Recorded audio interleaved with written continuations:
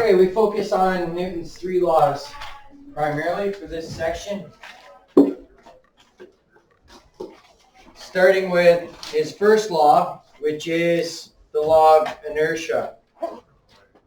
When no external unbalanced force acts on an object, its velocity remains constant. Okay, so basically speaking, in theory, if this is on page 130. If an object is in motion, let's say you set the cruise control on your car. Your car is going to continue at that speed no matter what until you provide an unbalanced force on it. Either you hit the brakes or you hit the accelerator, it's going to stay at that exact same speed, right? Well, Newton's first law of motion says that anything that is, if there's no unbalanced force acting on it, it's going to stay in constant motion. Just the same as this book stays at rest, like that, unless I provide an unbalanced force on it to move it. Okay? So Newton's first law, that's all it's about, is you need a force to stop or start something. You need a force to stop it from being in constant motion. Okay? Best example of this is if you look at the top of page 131, is in a car accident. The reason you have a seatbelt is to prevent you from moving forward. Because if the vehicle stops, you're still going at that speed, you continue at that speed. It's called inertia.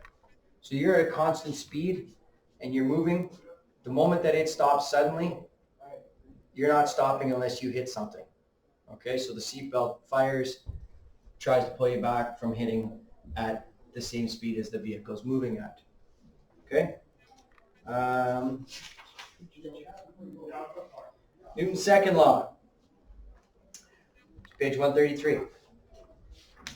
When an external unbalanced force acts on an object, the object accelerates. The acceleration is in the same direction as the net force acting on the object. The acceleration varies directly with the net force applied. The acceleration varies inversely with the mass of the object. Okay, so what that means is simply this. We are now going to look at force. Okay? So, in Newton's law, second law, it says, when an external unbalanced force acts on the object accelerates. So when you hit the gas, so they have the snow machine there. When you hit the throttle on the snow machine, what happens? The snow machine starts to accelerate. Correct? That acceleration is the result of a force being applied to it. So you apply the force to the throttle on the snow machine, the track applies the force to the ground, and then the speed increases. Right? Okay? Force is measured in newtons. And 1 Newton is 1 kilogram meter per second squared. Okay? So 1 Newton of force is equivalent to 1 kilogram meter per second squared. So you need 1 meters per second squared of acceleration to accelerate 1 kilogram, 1 Newton. So you need 1 Newton of force on it. So far, so good. Now, we could go into all different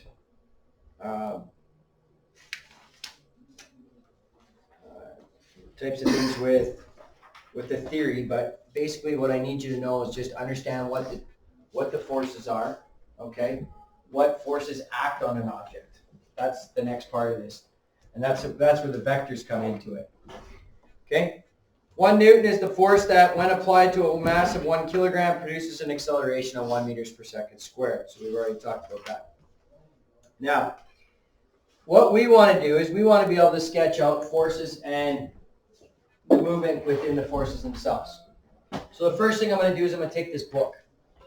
Okay? This book is currently sitting on a desk, so I'm going to draw it as if it's a box sitting on the desk. And now my question to you is, what are the forces acting on that book? Go ahead. Gravity. Okay. So that's the primary one that we all get. So the book is being pulled down by force of gravity. Okay? But it's not moving. So what's acting on the book then to prevent it from moving?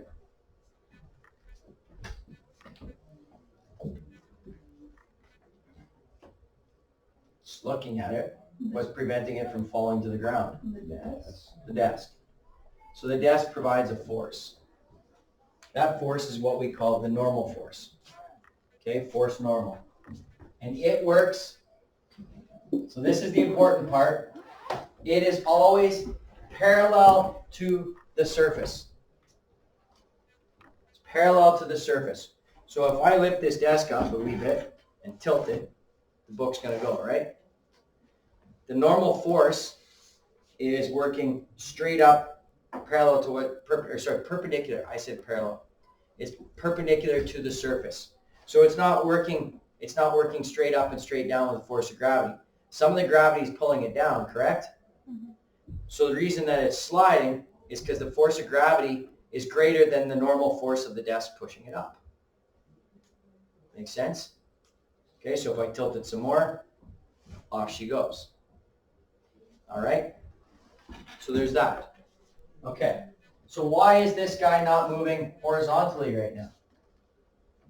What is the force? Pardon me? Accelerating force?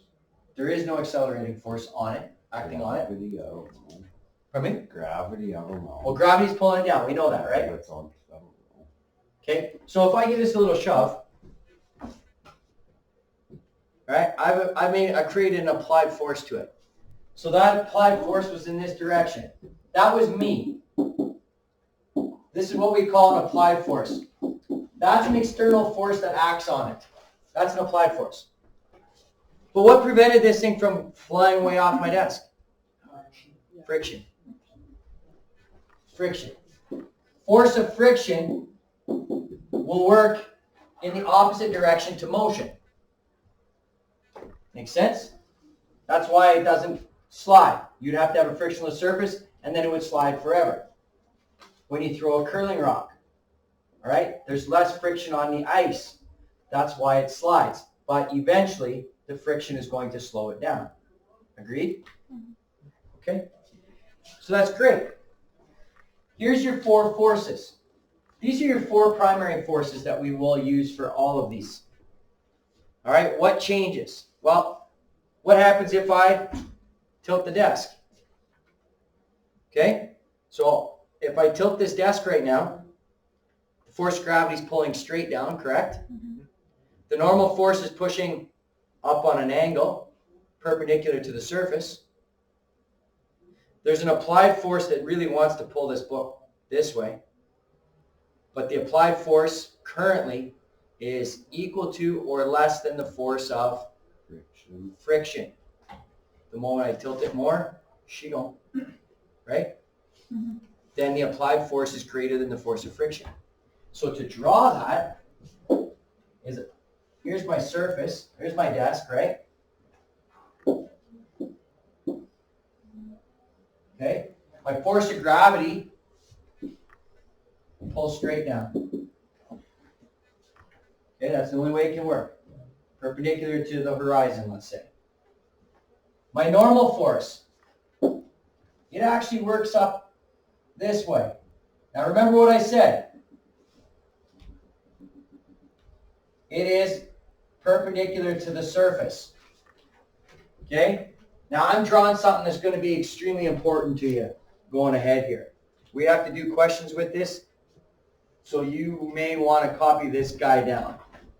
All right? So just follow along with what I'm doing. The applied force, that's the force in which the direction of motion is. So in this case, which way was that book going to go if the applied force was greater than the force of friction? It's going to go parallel to the slope. Would you agree? So it's going to go that way. Force applied. And what's holding it back? Friction. Frictional force. Again, the frictional force works always in the opposite direction. Opposite direction to the motion. Okay?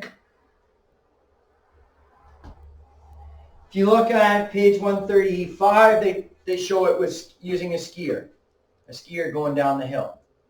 Same idea as with the desk in the book. As soon as I tilt it, I have an angle. Okay? That book wants to go, but as long as the force of friction is greater than the force applied or equal to it, it's not going to move. All right? So the steeper the angle is, the more likely it is that the applied force is going to be greater than the force of friction. All right, now I'm not done with my triangle. This is important, probably the most important part. I go like this. All right? This bottom triangle is going to represent all of the forces acting on this book. This force right here is applied. Okay? This angle right here is 90 degrees.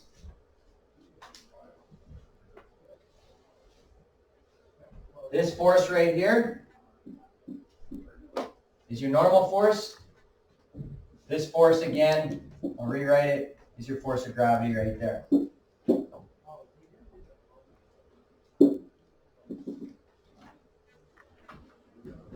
Okay? Now when given, watch this for 1 second, when given the slope's angle, right here, this angle right here, they're going to give you what the angle of the slope is. That is this angle up here on your triangle. So my triangle, if I draw it less crooked, is going to look like this.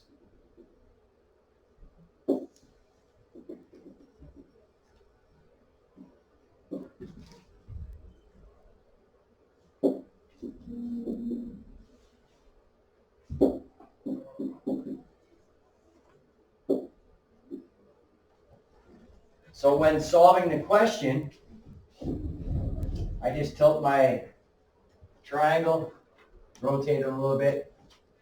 So when solving my question. So which part of that triangle is my hypotenuse? Force of gravity. Force of gravity is. Okay? Now if you look in the book, take a quick peek at 135.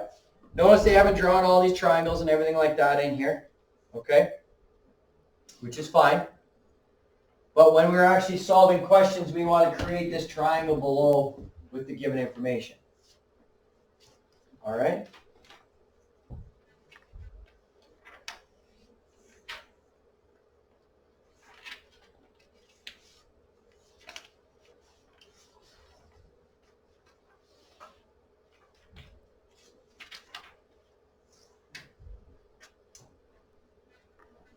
Okay? This is all new. It looks like a lot, but really it isn't a lot of information. Okay. Now, I want to talk about Newton's law regarding net force. Net force can be found two ways. Net force can be found by taking mass times acceleration. Okay? So, any unbalanced force acting on the object could be your net force. Net force is also your force applied minus your force of friction. Okay? Now we'll get into that in a little bit.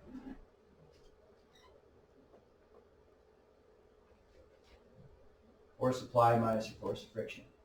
Now, friction can change. The applied force can be something different. But for right now, as long as we can remember that it's the net force is the force in the direction of the motion minus anything that holds it back. Okay? So when we get into some pulleys and stuff, you'll understand why I say that it's not necessarily applied minus friction, but in most cases, it'll be applied minus friction. So this is where our vectors come into play? Your vectors are basically these guys here, but you're going to see a question right away with which we use vectors. But it's, again, it is right angle trig, so it's pretty straightforward. Okay. Any questions so far? So far, we get a grasp on that. Okay. All right. Now, what I've drawn here is what we call a free body diagram. Okay, that's called a free body diagram. Now, like I said, the triangle and stuff doesn't need to be drawn. If you look in your book on that page 135 and look at the skiers, they draw the free body diagram of the skiers. That's all you need. But if you're going to solve the question and need some math, this is what we want to draw here is our triangle. All right. Okay. Take a look at page 136.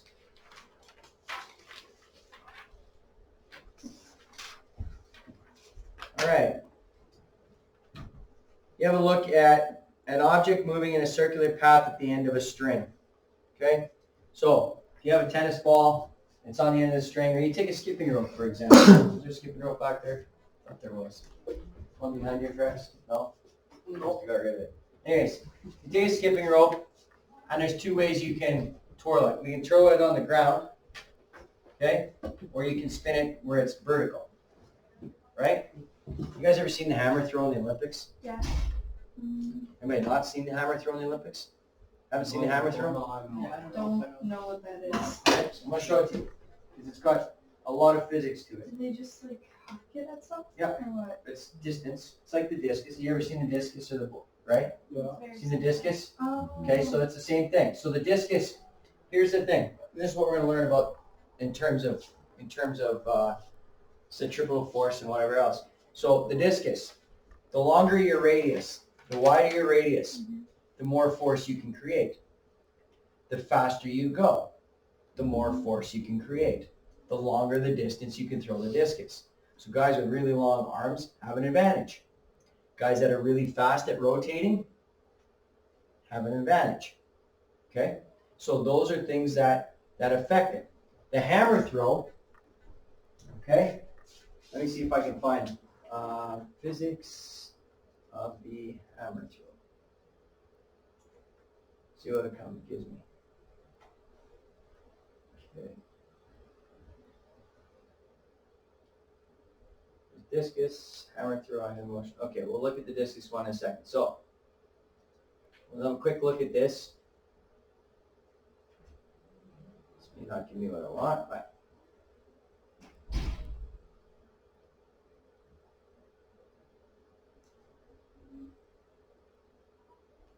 so that's basically the physics behind it. This is what I was saying. Okay? Hammer throw event. The speed that an athlete is spinning is such that they complete one revolution in about 0.5 seconds. Most of the weight of the hammer is in the ball, so it can approximate as a mass of 7 kilograms and a distance of 1.2 meters away from the handle. I'm going to go back. I'll do a better one. So I like really spin and throw and it's like, Yeah. I don't know, yeah, I know. Hammer throw. Here we go. Let's watch this dude. Or no. Watch her.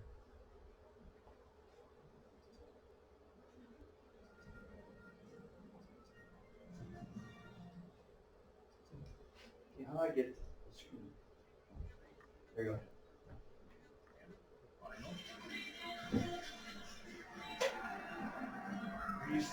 So the ball is at the end of the chain here, right? You see that? 6 to 10. So she's going to spin it around. For wind up. He likes that throw a lot. So you see how that... Her best throw of the day will be 71 meters, 10 centimeters.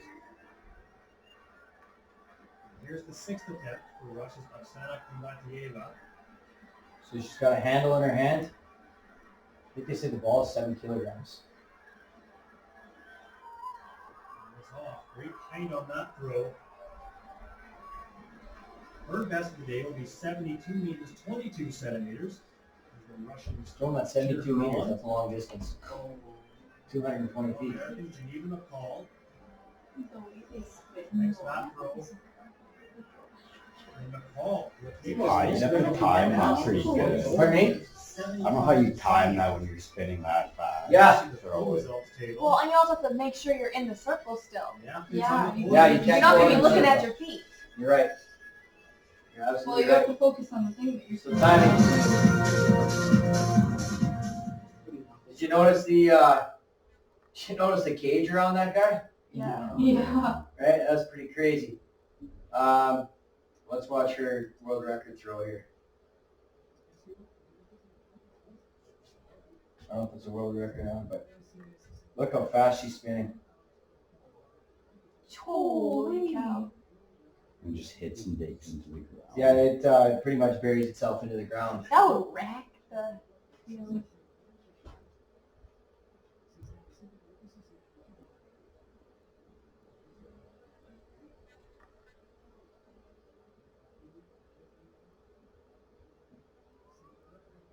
Look how high that went. It's crazy. All right, so there's your hammer throw. Oh. So, now I'm going to go back to this.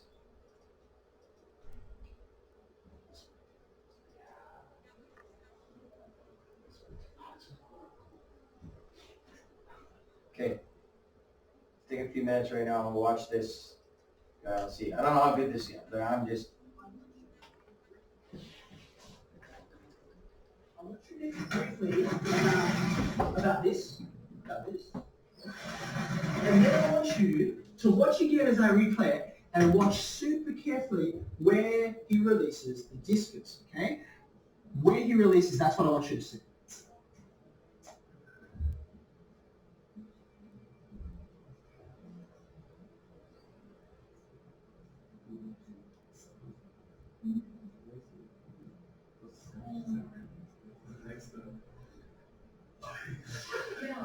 Okay. Okay, all right, good. So, I hope you saw that. Let's get on that. Now, by the way, just one more time before I turn off. I'll let you watch this one more time. Watch his right leg. Carefully watch his right leg. I'll turn it off. Can you watch his right leg? This one that's whipping around. I just want you to watch what it does and think about it. How that sort of, he does more than, he makes a circle, he does more than that. Pivots on it too. I'll come back to discussing that in a minute. It's quite something to watch. It all happens usually too fast for us to scrutinize what's happening and understand, and that's why I have to find some fun. All right, we'll come back to that in a little bit here.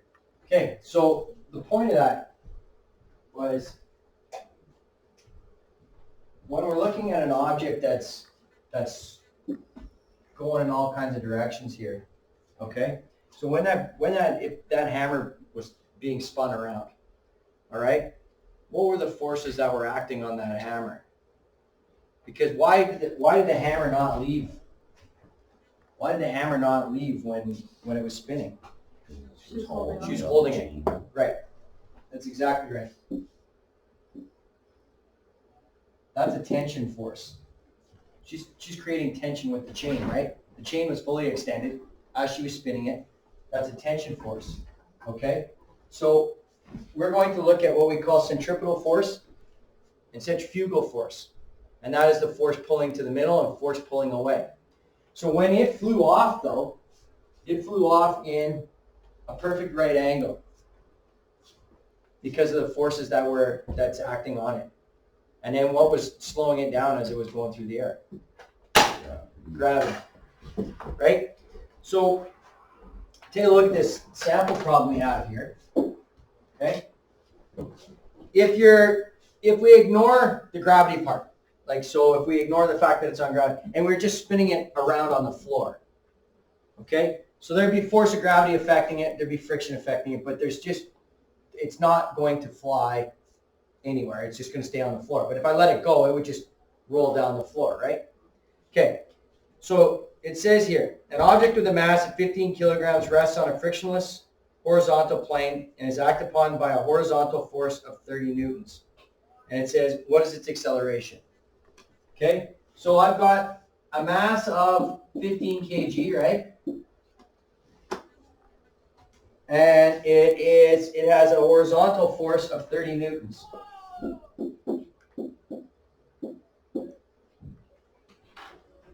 And it wants to know what it's accelerating at.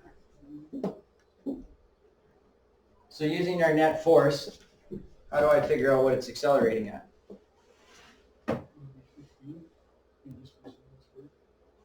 Say that again? Would it be 15? No, too high. My force is 30 newtons. My mass is 15 kg. What's the acceleration?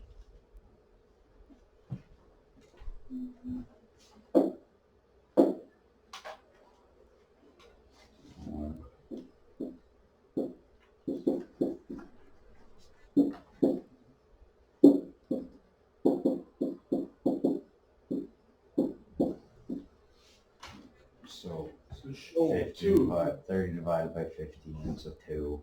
There's your answer. That's it. That's all there is to it. So 2 meters per second squared. Makes sense? So now, the part that we bring back into our chapter 2 is it says, okay, it's got an acceleration of 2 meters per second squared. And it starts at rest. So V1 is 0. A is 2 meters per second squared. Right? How long does it go for? So give me a time. 10 seconds. 10 seconds. And it wants us to find D. So this whole section here, we're going to be using our chapter 2 equations again. The only thing that we're adding is force equals mass times acceleration. So you're going to go back to what you've done before. It's not new. You're just using force to get you your acceleration. And then you solve the same way you always did. Okay? So this is equation number what? Remember? 6.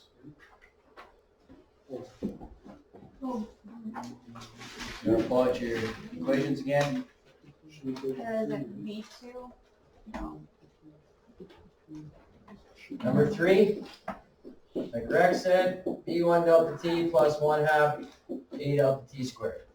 Get your distance.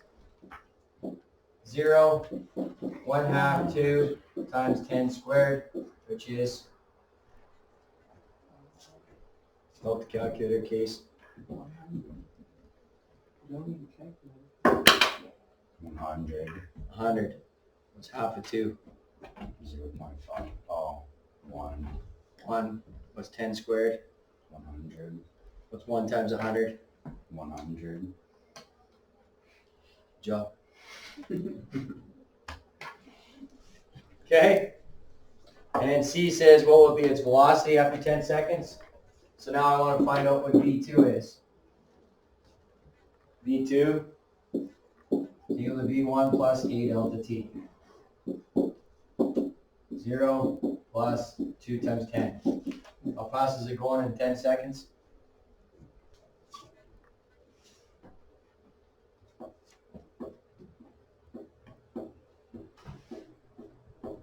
Um, 20 meters per second. That's it.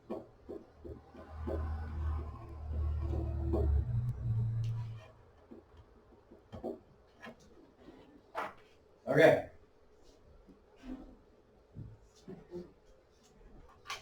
Car with a mass of 1,000 kilograms is moving in a straight line at a constant speed. So mass, 1,000 kg, moving in a constant speed. So what does a constant speed tell us? Is there a V1 or a V2? No. No. Is there an acceleration? No. Okay? It's brought to rest in 30 seconds. That means V2 is what? 0. So just as I said that, they bring this in. So he's going at a constant speed. So it's moving in a straight line at a constant speed of 30 meters per second, and then it's brought to rest in 25 seconds. What constant force is acting on the car? So that means then that this is V1 now. Okay? So what's the newest thing that we learned today? Force is equal to what? Mass times acceleration. Okay, so in order to get my force, I need to know what two things? Mass and acceleration. Mass and acceleration. I'm given mass, so what do you suppose I have to find from this information? Acceleration. Acceleration. Acceleration is change in velocity over change in time. So 0 minus 30 over 30 seconds. What's his acceleration? For me? Negative 1 meter per second. Negative 1 meters per second squared. So force is equal to 1,000 times negative 1, which is negative 1,000 newtons.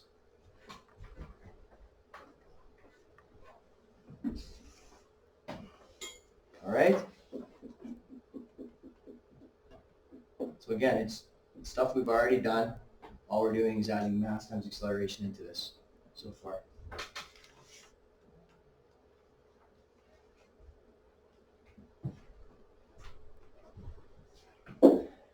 Okay. I'm going to do a few more questions and then we'll watch some videos on force and take us to the end of the period. If a carriage with a mass of 50 kilograms is being pushed along a rough sidewalk with an implied horizontal force of 200 newtons and has a constant velocity of 3 meters per second. What other horizontal force is acting on the carriage and what is the magnitude of that force? Okay. So first of all, I would likely want to draw myself a picture.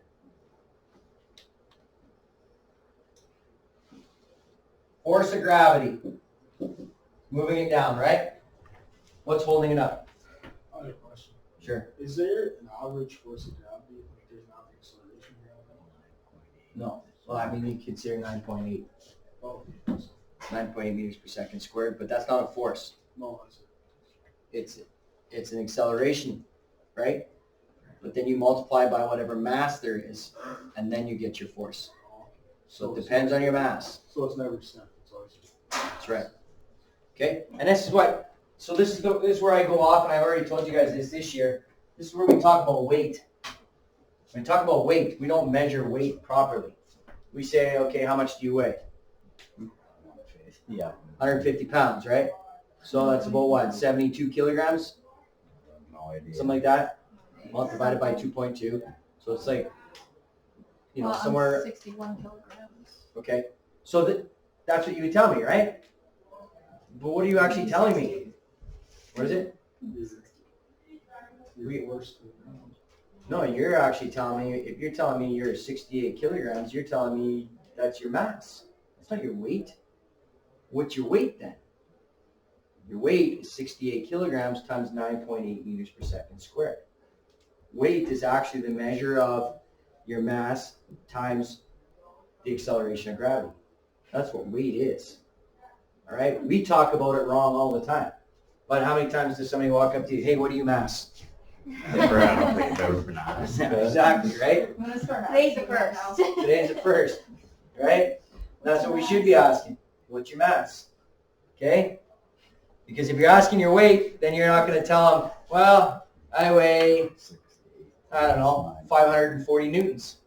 Now they're going to look at you really funny. Like, 540 me? No. Right? But that's the way it is. Okay? So when we talk about weight, we do it wrong. We do it incorrectly. Okay? Force of gravity? What's holding it up? The road, which is applying what kind of force? What do we call it? Normal force. Normal force goes up here. Okay? Now she's pushing that carriage. So there's an applied force. She's pushing the carriage. That means that it's moving. Therefore, it's an applied force. What's holding the carriage back? Friction. Okay. Now, my first question to you is this. It's moving at a constant speed. She's pushing that carriage at a constant speed. Therefore, what's your acceleration on that? Your acceleration should be 0, correct? If you're moving at a constant speed, you are not speeding up and you're not slowing down. Your A is your 0. So what does that mean for my net force in this question? That's right. My net force would be 0. Absolutely. Okay? Mass times acceleration. If the acceleration is 0, that means that my net force is 0. Okay. Good so far. Right? Now, she's pushing the carriage and it's moving. Force is higher than friction and everything. I don't know. Okay.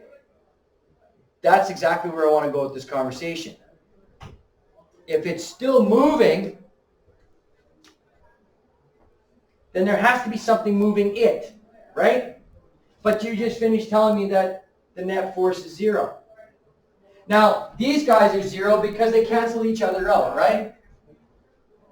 Because it's not moving up or down, so the force pulling down is the same as the force pushing up. Agreed? Yeah. Okay, so what do you think that means about the applied and the frictional force then, if the net force is 0? Applied higher than friction. Higher? Or, I don't know. Or it goes 0. Well, it depends on if it's moving or moving. Moving constantly, so. But I just finished saying that the net force was 0. So if the net force is 0, remember, how was the other way I found my net force? I wrote it down. What was it? Your applied force. My applied minus my force of friction. And if my applied minus my force of friction is equal to 0, what does that mean about my applied and my frictional force? They're equal. They're equal in opposite directions. Does that register? Wouldn't that mean it isn't moving? No, what it means is it's not speeding up or slowing down, right? Because it's going at a constant speed. So something can remain at rest or at constant speed as long as those two forces equal each other and they cancel out. Okay, so what does that mean? So the first question, the question said, what other horizontal force is acting on the carriage? Frictional force, right? And what was the magnitude of that force? 0. Well, It said that she's pushing with a horizontal force of 200 newtons. so it'd be 200 units In which direction? in the opposite In direction. the opposite direction. Perfect. Nailed it. So the force of friction is negative 200 newtons because it's opposite the motion. Okay? And then it asks you to do all the other stuff, the kinematic stuff again. So V1 is 0, 7 meters per second is your V2, 2 seconds is your time, and then it asks you to find out what your acceleration is. Calculate your acceleration, then times it by the mass to get, actually no, you know what? This is more, hold on. I was going to skip over it, but I better not. Okay, so what did we just say? We said that our applied force was 200 newtons and our force of friction was negative 200 newtons. Okay? Now the applied force can change. Force of friction doesn't change. Force of friction remains the same unless you change the surfaces. So if you go from pavement to gravel. Exactly. Or you hit ice, right? Then your forces of friction are going to be different. We all know that. We all drive cars, right? It's not the same when you're stopping on pavement than it is gravel, than it is ice. They're all different, right? Yes. Okay? The tires are the same. So rubber on asphalt is different than rubber on ice, different than rubber on gravel, correct?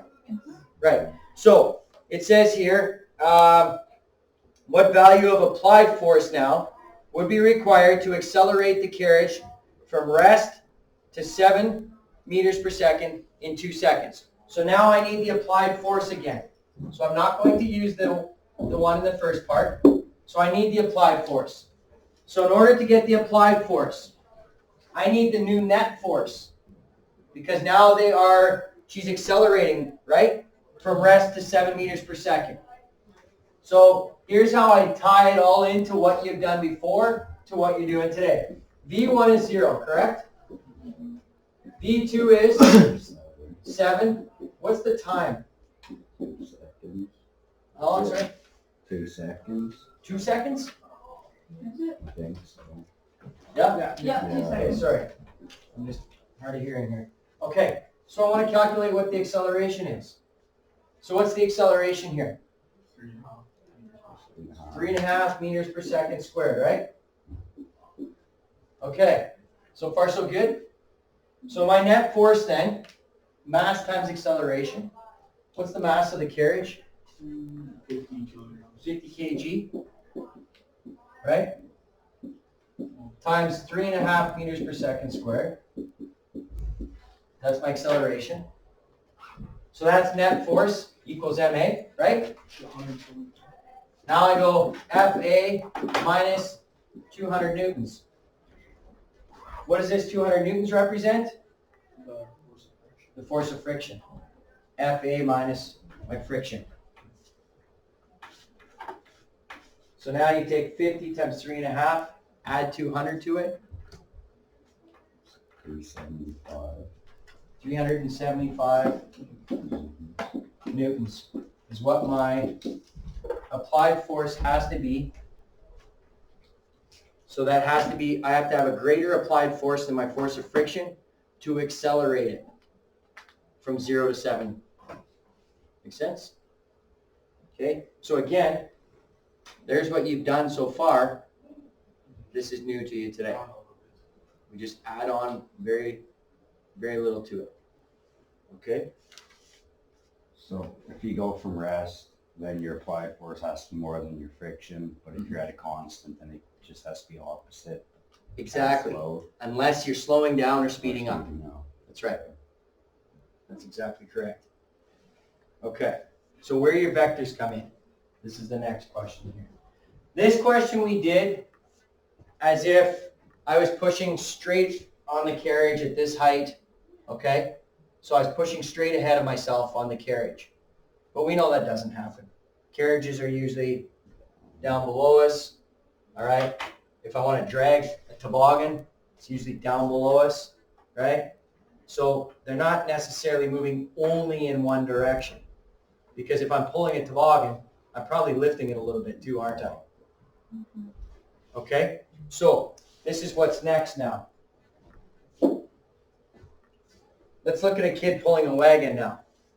All right? So let's look at the wagon to begin with. Here's my wagon. First of all, what are the forces acting on the wagon if it's not being pulled? What are the forces? Gravity.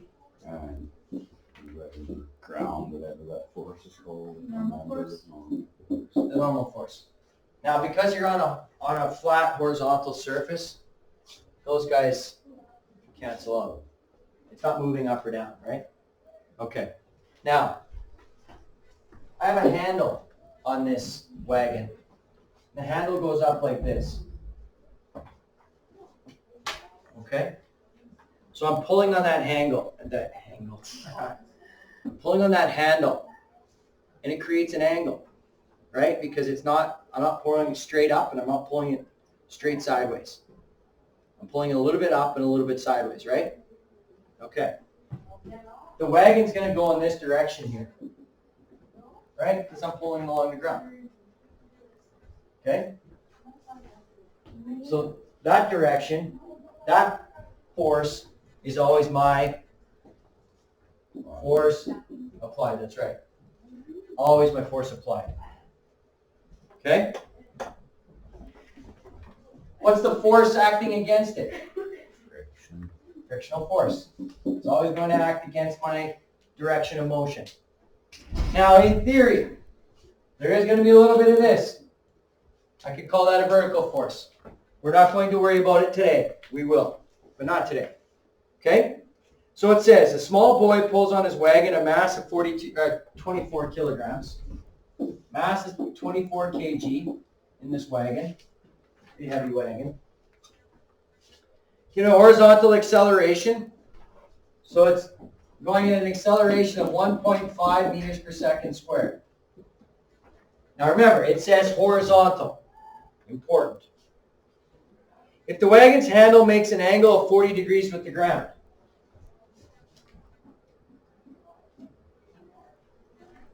there's my 40 degrees.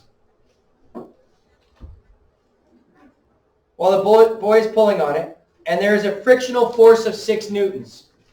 Force of friction, 6 newtons. It says, with what force is he pulling on the handle of the wagon? So I want to know that force right there. So what do you suppose the first thing I need to find is? Force. Net force, and then what? The force of the acceleration. What's that FA actually mean? Force what? Force applied. Force applied. You're absolutely right. So the first thing I want to do is find my net force. So how do I find net force in any of these questions? Those two. Multiply those two. 36? Perfect. 36 newtons. So far so good? Okay. So 36 newtons is equal to force applied minus my force of friction, which is 6 newtons. So what is my force applied equal? 42 newtons. Pretty easy so far, right? So if I write that in right here, how do you suppose I find the force on the handle? Use your right angle trick. 42 divided by cos 40. What do you got? 42 divided by cos 40. 42 divided by cos 40. Oh, that, because that's a 90 degree angle. That's right. I didn't write it in there, Jason, but you're right. Yeah. 90 degree angle. 54.827. 54.827. There's your angle.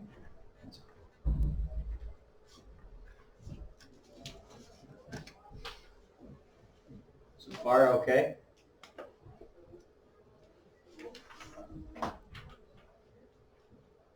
You guys okay? Somebody wrote on every one of these pages Mr. Newton's laws.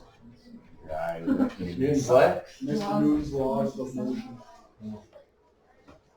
Yeah, there's probably some other unflattering things written in there too about Mr. Newton, but we'll ignore those for now. All right, here's the Mac Daddy question. I'm going to give it to you. This is the question that it's going to take us another 5 minutes, probably 8 minutes to do, and then we'll call it a day. Okay? So let's say that 2 of us are pulling that toboggan now. All right? So we're lined up. You can see the picture in the book on page 140. So we've got one person pulling, another person pulling. Everybody's done that, right? 2 of us pulling on the toboggan. Yeah. And you move. Okay. So we know it's going to move in that direction, right? It's going in the direction that we're going to pull.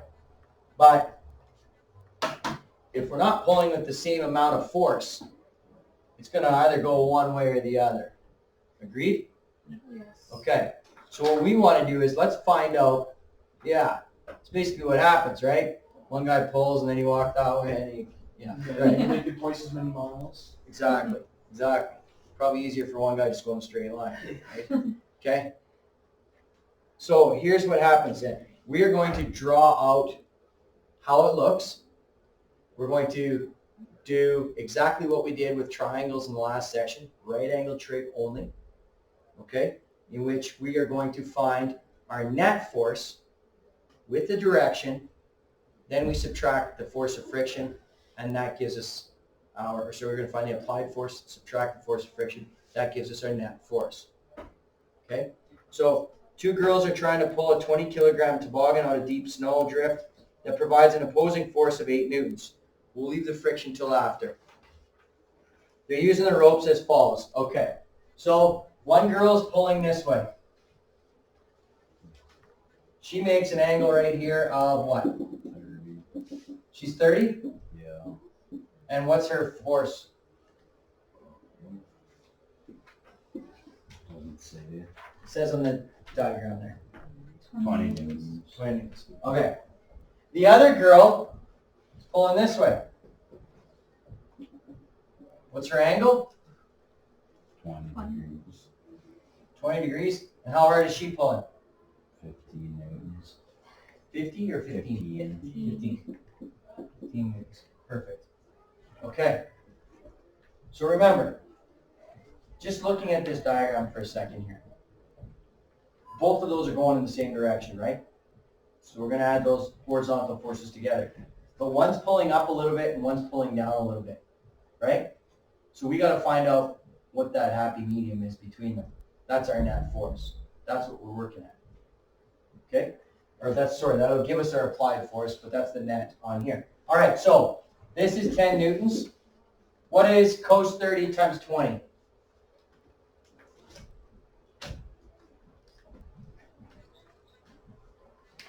$17.32. Okay? Or 1. 32.1. 3, 2, 1? Yeah. Okay, I'll mark that in after. What is sine 20 times 15? 7.5. 7.5, right? No, I'm thinking something. Right. Sorry. It's okay. You're thinking the right. I like the way you're thinking though. I know what you're going with. Go ahead. Where'd you get your 10 newtons? Sine 30 times 20. Oh, okay. Sine 30 is 0.5, and then you times it by 20, I can see 10. Okay. 5.1. Jason, what did you get here? 5.13. 138? No, just 1.3. Just 1.3? Yeah. Thanks. Okay, just quickly before we go any further. Is that toboggan going to move up slightly or down slightly? Up. Okay, good enough. Take the cos of 20 times 15. 14.095. Okay. So here's my triangle then. We know it's going to go straight horizontal because the horizontal force is 17.32 plus 14.095 because they're going in the right direction, right? The same direction. Okay? So add those two guys together.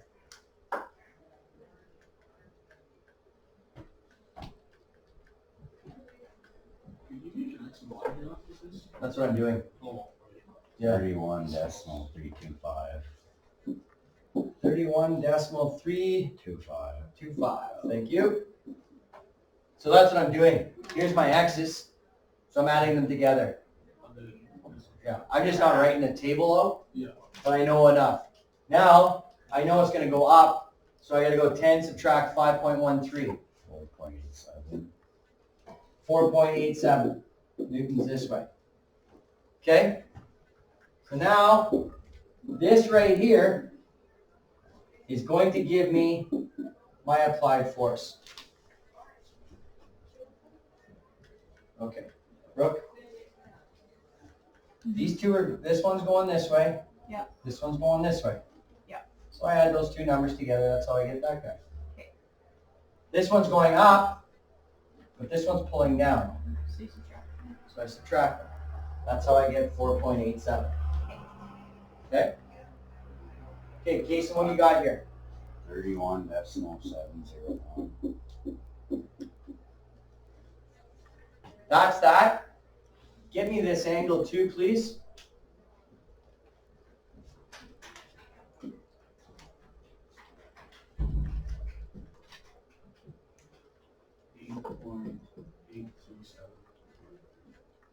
$8.837. 8.837 degrees. Okay. So again, just right angle trig. Did you get the same answer? Yeah. Okay. Right angle trig. Yeah. You okay, Caution? Yes, just I just had 1.3 8.2. to 5. Yeah, okay. That's fine. I, Yeah. it's off, but whatever. Okay. So far, so good? All right. Now the question says, what is the acceleration of the girls? Or of the toboggan, sorry. So, I go right to this. First of all, force net is mass times acceleration, agreed? but it's also applied minus friction. Right? Yeah? Okay, so let's take the applied force, which is that, and subtract my frictional force.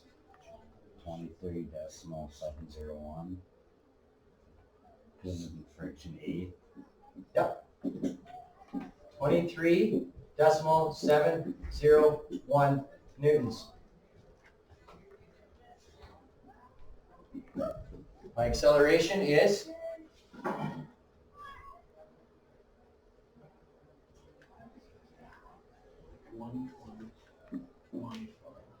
185 Yeah. meters per second squared, and then watch.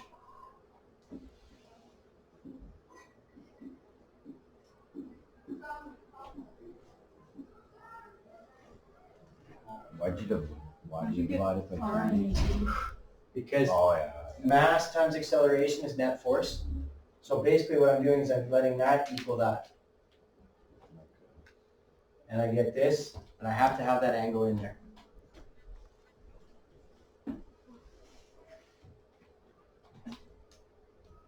Brooke, go ahead. What does the R and the U stand for? Right and up. Same thing as east. East and north? Would it be Just wrong if we put east and north? Not at all. I would, yeah, if you want to do that, that's quite all right too. That's it. There's the hardest question you're going to do in this. Okay? All right? Okay so far? Yeah. Any questions about this guy? It's a lot easier when you draw it out and just figure it out with the right angle. It's not as hard as it looks. That's right. So it's all, like I said, it's all right angle trig stuff. Okay, I'm just going to shut this off. Might be a little washing quickly.